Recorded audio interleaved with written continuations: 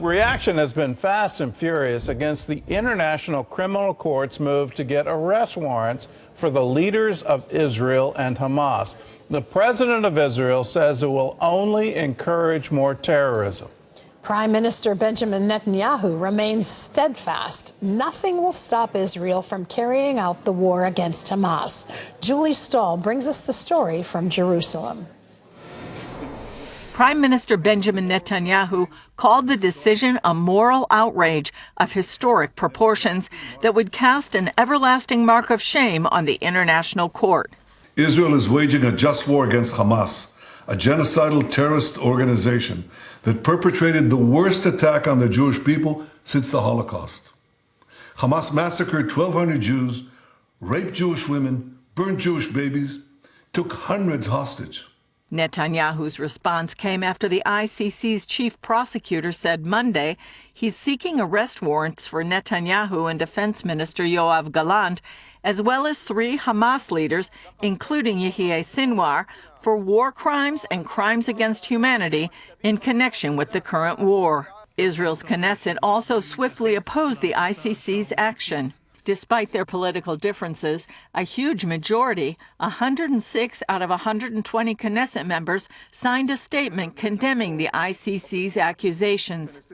The statement says, in part, the scandalous comparison by the Hague prosecutor between Israel's leaders and the heads of terror organizations is an unerasable historic crime and a clear expression of anti-Semitism. Israeli President Isaac Herzog said the decision only emboldens terrorists around the world. We will not forget who started this war, who raped, butchered, burnt, brutalized, and kidnapped innocent civilians and families. We will not forget our hostages, whose safe return should be the main concern of the international community. President Biden also opposed the allegations against Israel. Let me be clear. We reject the ICC's application for arrest warrants against Israeli leaders. Whatever these warrants may imply, there is no equivalence between Israel and Hamas. Contrary to allegations against Israel made by the International Court of Justice, what's happening is not genocide. Internationally, France and Belgium backed the ICC's move for arrest warrants, but Italy called it unacceptable and absurd. Netanyahu said the charges against him were meant to take away Israel's right to self-defense, but he made it clear it would not stop the war against Hamas. Now, in the face of these horrors, Mr. Khan creates a twisted and false moral equivalence between the leaders of Israel and the henchmen of Hamas. This is like creating a moral equivalence after September 11th between President Bush and Osama bin Laden, or during World War II between FDR and Hitler. What a travesty of justice. What a disgrace.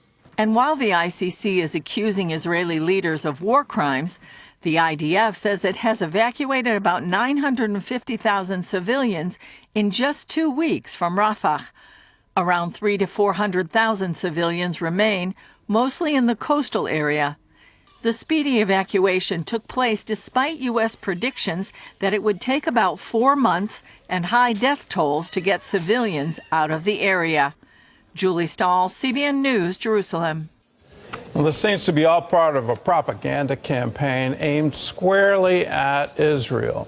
To say that Israel has engaged in war crimes, is trying to do some kind of genocide, trying to starve a civilian population, all of that is against the facts on the ground. And you look at the ICC prosecutor, last name is Khan, his father was born in Pakistan. Is this just part of a wider alliance against Israel, trying to demonize the Israeli state? Well, we need to stand for truth, and we need to stand with Israel in her time of need. What happened on October 7th was pure evil, and we can't allow it to continue. Hamas cannot be allowed to maintain power in Gaza. They have to be eliminated.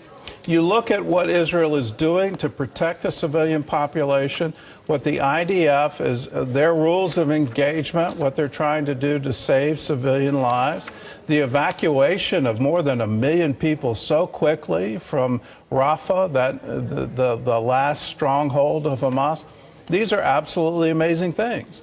And to say that somehow Israel is using starvation as a tool, again, it's against the facts. There was a survey done by Stanford University prior to October 7th that showed food insecurity rampant throughout Gaza because Hamas was diverting all the humanitarian aid into instruments of war to attack Israel. Let's understand the facts on the ground and make sure that we stand with them.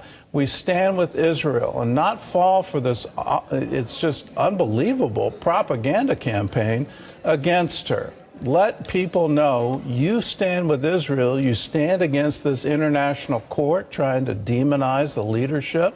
We stand against Hamas. Anyone that says from the river to the sea, we need to call that out for what it is. It's a genocidal pledge against the Jewish people.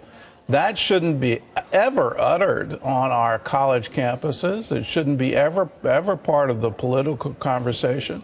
Under international law, Israel has a right to exist. The Jewish people have a right to self-determination.